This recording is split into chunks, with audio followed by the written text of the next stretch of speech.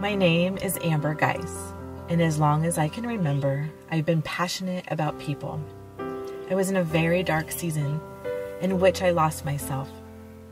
And I'm here to say, despite what others may say or do or our circumstances, we have the power to overcome and find ourselves again.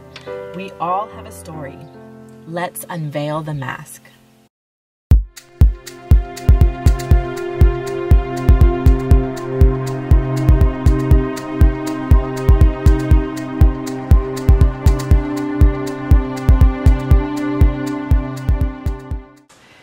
This is Amber Geis with Unveiling the Mask. Welcome to Season 2. Thank you for everybody who was sharing on Season 1, and I'm really excited. Tonight's interview, I don't know, I will try not to get super emotional, but I just want to say before I introduce her, I'm so proud of the person who is sitting next to me. Her name is Alicia. Thank you for being here. Last time I saw her, she was in quite a different spot in her life, and I haven't seen her in probably 3 years, maybe 2 or 3 years, and already like she's so brave and so courageous, and I just feel like very honored that you are here, sitting here with me tonight. So this is Alicia, and she has a story to tell. Yeah, I'm in a place today that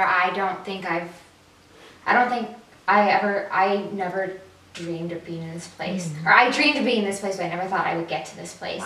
Wow. Like 3 years ago, I was at the rock bottom of my life, and I had no hope basically, and I'll go back. It all stems back from growing up. From unaddressed stuff. So growing up, like, I can never think of a time where I don't think I had a childhood. Like, I don't think I ever really was a child. Like, I had a very chaotic and like it was always like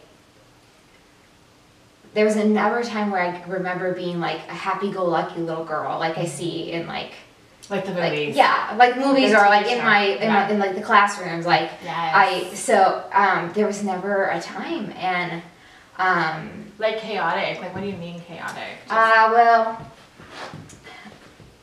my mom was emotionally absent, and my dad was when I was 4. Sorry, my first memory was when I was 4, and he started sexually abusing me when I was 4, and so chaotic. What I mean chaotic, is like emotionally chaotic. Yeah. I didn't know what to do, and you were 4. Yeah. You weren't like a little child. You trust the adults in your life. Yeah, like my world. My world came crashing down. I feel like there's a song I really like, and it says, "All it took was once, and I'll never be the same." And that's true, and I'm working to get my life back. And so that continued to go on. I did have younger siblings that were born when I was 6 and 8, and the stuff at home continued. I dealt with it, and everybody deals with pain in a different way, and I question, like, how did I get through that? Like, how did I get through it? And probably when I was about like 5, I've always struggled with food, and I don't know if that would, and I think it stems from the abuse. Because of the abuse, like, my view of my body, like, I thought something was wrong with me. I thought I was dirty. I thought that's why it was happening. So I thought like I started like not eating and Because you control it. Yeah, that's what I can control. That's the one thing in my life I could control. No one could tell me what to put in my body. And so that became like my way of dealing with the pain. And I struggle with that. I still struggle with that somewhat to this day, but I'm in a very good place with that today though. I can like say I'm like almost fully recovered from that today, and I've gone through treatment for an eating disorder. And because I'm now like facing my issues regarding the trauma, like that, like you have to deal with, you have to feel what is causing these behaviors, what is causing all these negative patterns and thinking. You have to deal with that. And if like you don't deal with that, it's just gonna keep coming. It's like a Band-Aid. Yeah. And so I struggled with the eating disorder, and I eventually got treatment for it when I was about probably 11, 12. And so it affected like my schooling, but I was always a really, really good student. So that was my escape. That was another one of my escapes. Like I loved being at school. Yeah. I was like, I could live at school. Just you were one of those. School. Yeah. And I also really struggle with depression. And like that's like kind of like a no-brainer. But I think it was one of those things where I almost think that like as everything was going on, because like I'm starting to really process everything right now. I don't think as it was going on I really had any really conscious like idea of what was going on. Like my body and like my person was trying to just make it through. And so like there's only so much a child can take.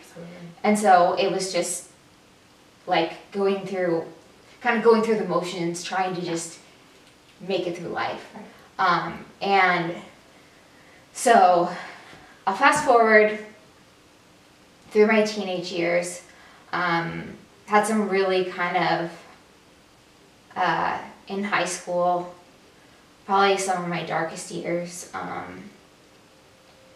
Some stuff that happened regarding the abuse that was just, I still have a hard time talking about it. And I don't know if, so, yeah. If you need to speak it. And so, when I was about 17, I was like, after I had like a couple of suicide attempts, but I was at a point where I was like, I was like, if there is a God out there, like, show me how to live, because I cannot do this anymore. And I literally was crying on the floor. I was like, if you won't let me die, show me how to live, basically. And that's when I found, I found it on the internet, this like program it was a program that was like a residential treatment program for women struggling with issues like depression, eating disorders, stuff like that. And it was faith-based, but it was free of charge. And it was like, it was at the point where I was almost 18, and I was like, I need to, like, if I'm going to survive, I need to get out. Like, and so I secretly, like, not really secretly, but I saved up enough money from working, and then when on my 18th birthday, I was born in Minnesota, and I flew out from California, from Minnesota by myself on a plane to California, knowing nobody, to this program, and I was just trusting that, like, God had a bigger plan for my life, and that, like, He would help me to heal. How brave, okay, first of all, I had no idea about that. How brave you were. You were a survivor. You were already 17 going on 18 saying you want to live, like to do all of that. Mm-hmm. Like, you are so brave. You were a survivor even then. Yeah. And it was something bigger than myself that gave me the strength to do that. Wow. Because, that literally was a turning point in my life. When I came out here, that was when the journey started. Mm-hmm. And I started like talking about kind of my feelings, but it wasn't until I met this one therapist. Her name's Erin. She basically, I view her as like, she's like my lifesaver, but it's like, I feel like God put her in my life for a very specific reason, mm-hmm. and at the right time, and like for a specific purpose, and like, because she was the very first person I like told, mm-hmm. about everything besides my mom. And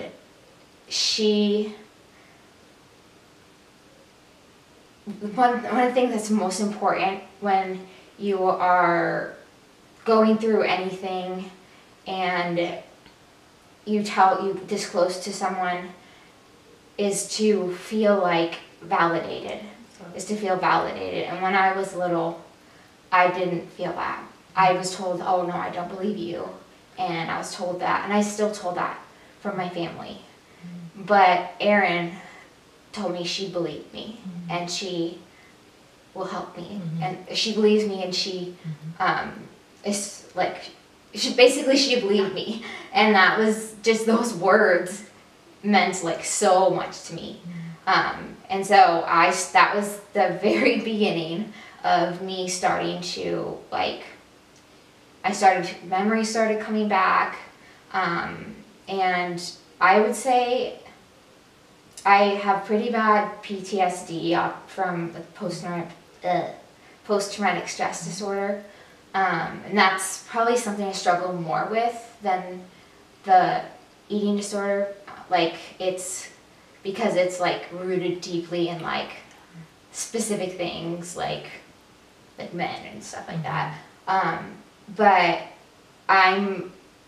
right now I'm like, it's super, super difficult, and I'm having to talk about and to do things that are like out of my comfort zone, obviously, and I don't think I can do them because I'm so scared. And at the same time, like, I don't want to give my abuser, I don't want to give him any more of my life. And I want to have my own family. Yeah. And if I want my own family, I need to work through this stuff. Yeah. One of the most rewarding things through all of this is like, I've always loved, ever since I was like 5, I wanted to be a teacher. Mm. I don't know where it came from, but I like had little sticks and I pretended to be a teacher after school. So that's been in me for my whole life. And that dream has not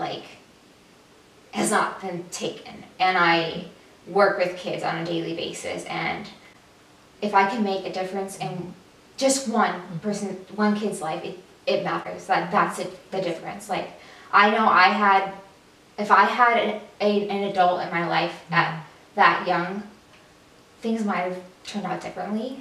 I'm not wishing they turned out differently, because I don't think I would be the person that I am today if I hadn't gone through what I've gone through.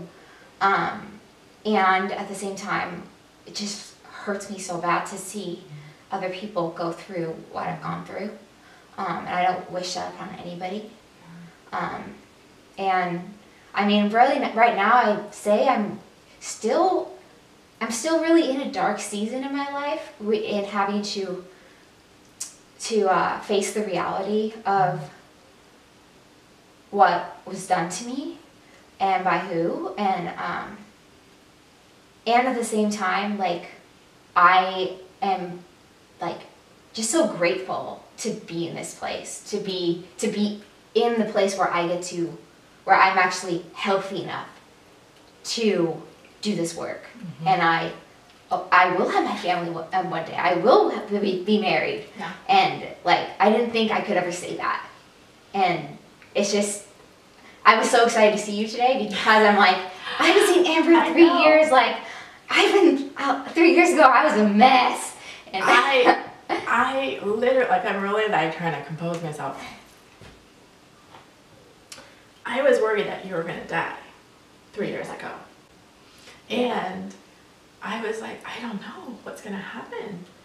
And to see you right now, I just feel like anything is possible, and your words and your story, I mean, you are saying, F you almost, I'm going to live. Yeah. This is my story.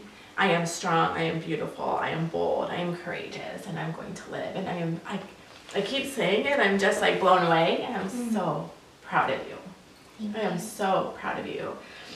And for you just to even acknowledge all of this, just to say it, and we all have, you know, things in our past, but if we keep them inside and keep that pain inside, it just eats at us, you know. Yeah. And what would you say to someone that maybe watching this is going through something like this? What would you say to them? I would just say that, first of all, I'm sorry that you're going through this. No one should ever have to go through I mean, we all go through pain in life, but no one should ever have to suffer something like this.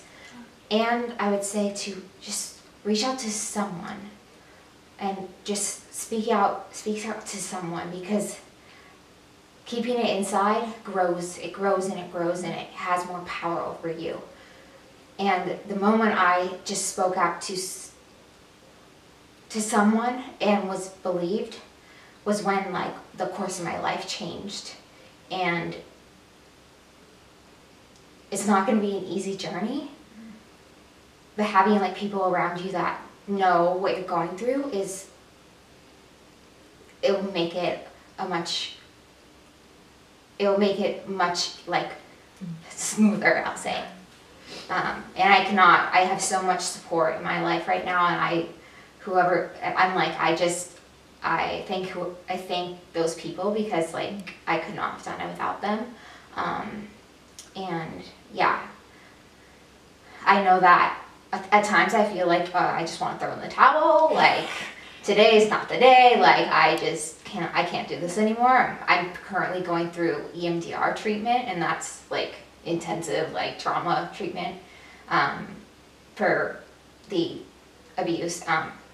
And, like, I am willing to do whatever it takes to get to a place where I am not controlled or, like, full of so much pain. And in order to get there, I think the hardest part, like you mentioned earlier, was feeling the emotions, because so many times we stuff them. We stuff. We don't want to feel it. It's easier just to, like, go on autopilot, and that cycle just keeps repeating over and over and over, because sometimes feeling the emotion is so hard. Oh, and sometimes it feels, I thought I would, like, literally die if I felt the depth of some of my feelings. And, like, there have been days where I've been, like, crying for hours and hours, and, like, that kind of really sucks. It doesn't feel good. And, like, that's what needs to be done. Like, that's my soul's way of, like, healing. Absolutely. It has to get out. Yeah. Somehow. And it's not an easy process, but thank you. I know I keep saying how proud I am of you, but you just look so healthy, so beautiful, and radiating, like, strength. Like, I could feel it coming from you, like, badass woman here, okay? Like, seriously. And, like, there's, like,